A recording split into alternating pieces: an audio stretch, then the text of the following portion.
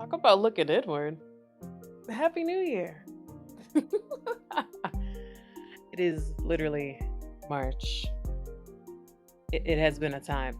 Look, it goes without saying that things have been flipped on its head, but the self work has persevered, and we're ready to close it out finally. Apologies for the delay, but you know what it was. I already said how this was gonna go when I first started this series. So welcome back. Welcome you. Part of my work was truly focusing on me and not spreading myself too thin, which meant essentially divvying up things that I either took time to do. Hi, podcast. Hello. Even no matter how much I enjoyed them, just more so just to spend more time focusing inwardly rather than the output. If that makes sense. To me, it makes sense. Let me know if that makes sense to you. But what I can say is the peace that is derived from staying out of the way and out of others' chaos. Such a simple concept, but in practice, it saves you so much time and energy.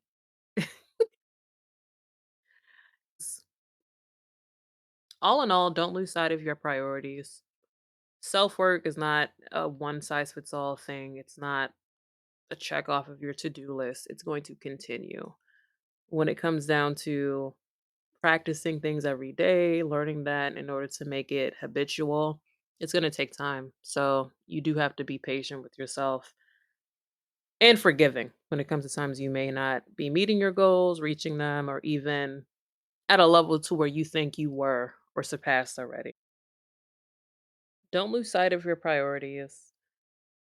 Keep that running list going. So rather than having physical check marks that you do, just have reminders and affirmations that'll help you out with the entire process.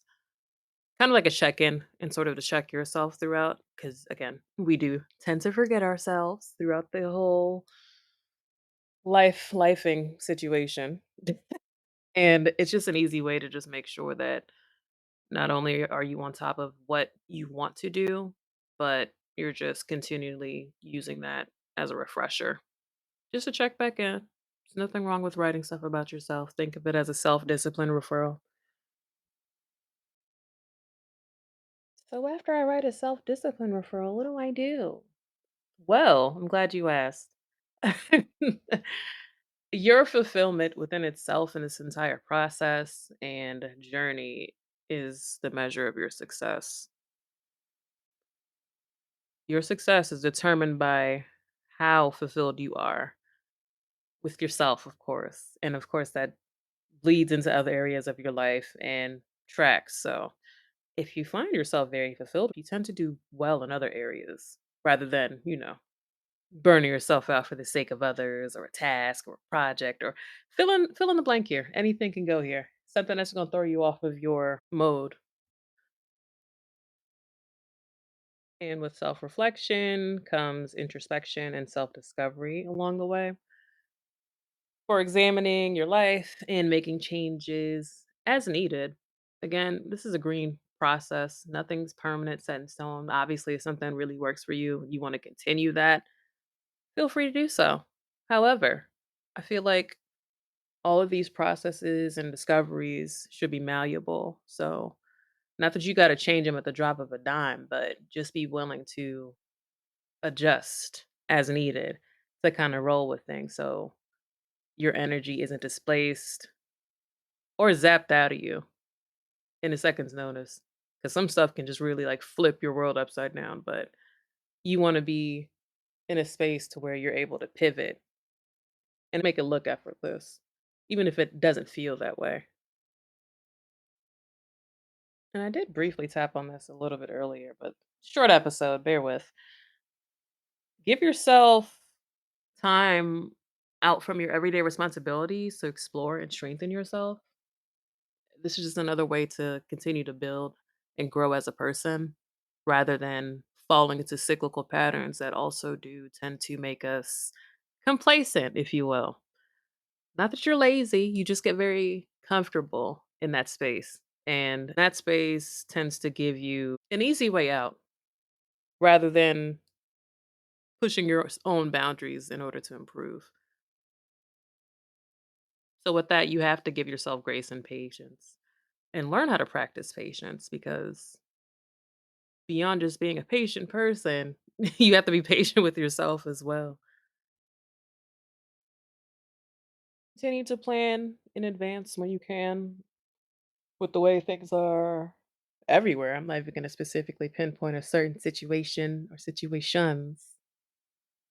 Clearly, planning tends to help us fare better when it comes to different situations and at least be prepared in order to make that pivot or adjust as needed. Look at that. We're doing callbacks live. Yay. Here's a bigger tip, too. This kind of is like, this isn't extracurricular, but it just depends on how social of a person you are. But make sure your circle is filled with people. You know where we're going? Nouns. Make sure your circle is filled with people, places, and things. Yes, all of the nouns that fulfill you and do not drain you. There's a certain balance in relationships, and the ideal space for me, let me speak for me, is within reciprocation.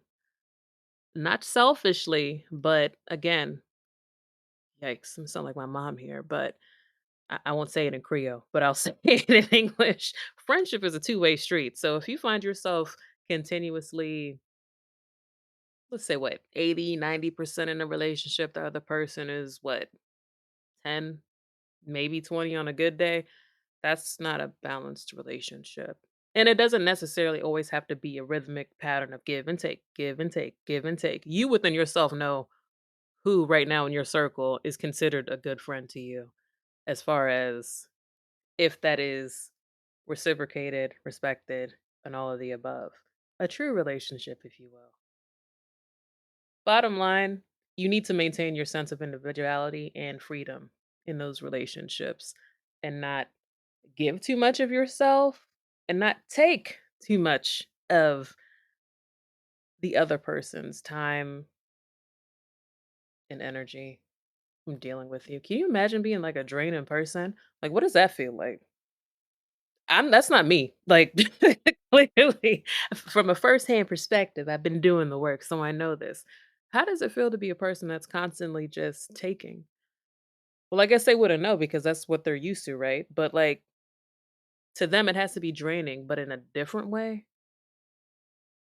Well, you know what? I gotta do like a poll. Don't be offended if I ask you this in real life. Don't be like, "Am I a taker?" Yeah, you might be. I'm doing some more research. Establishing healthy boundaries, you're going to be able to create a secure inner foundation. And how else does your self reflect on you? That's you. It's inside. It's on the inside, not the outside. I'll give somebody $50. They tell me what cartoons that from. And that was already a good hint. I shouldn't even gave you that much. I'm having too much fun. Clearly, I miss doing this. This isn't on the script. I don't even have a script. I'm just talking. But at the end of the day, the whole Self series in general was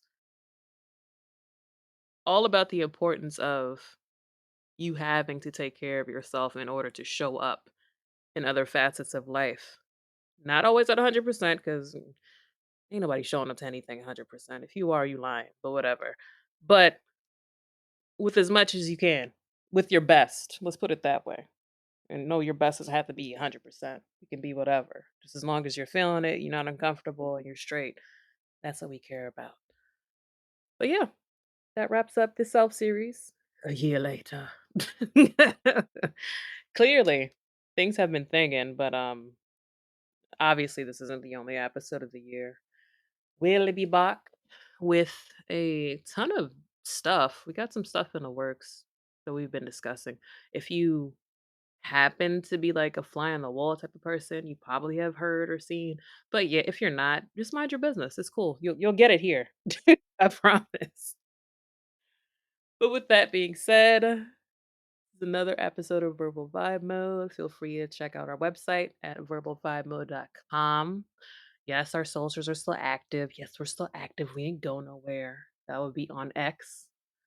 Instagram, Facebook. Yeah, right. No, nothing changed. We're not on Facebook.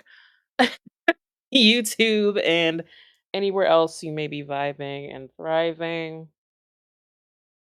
See you next episode.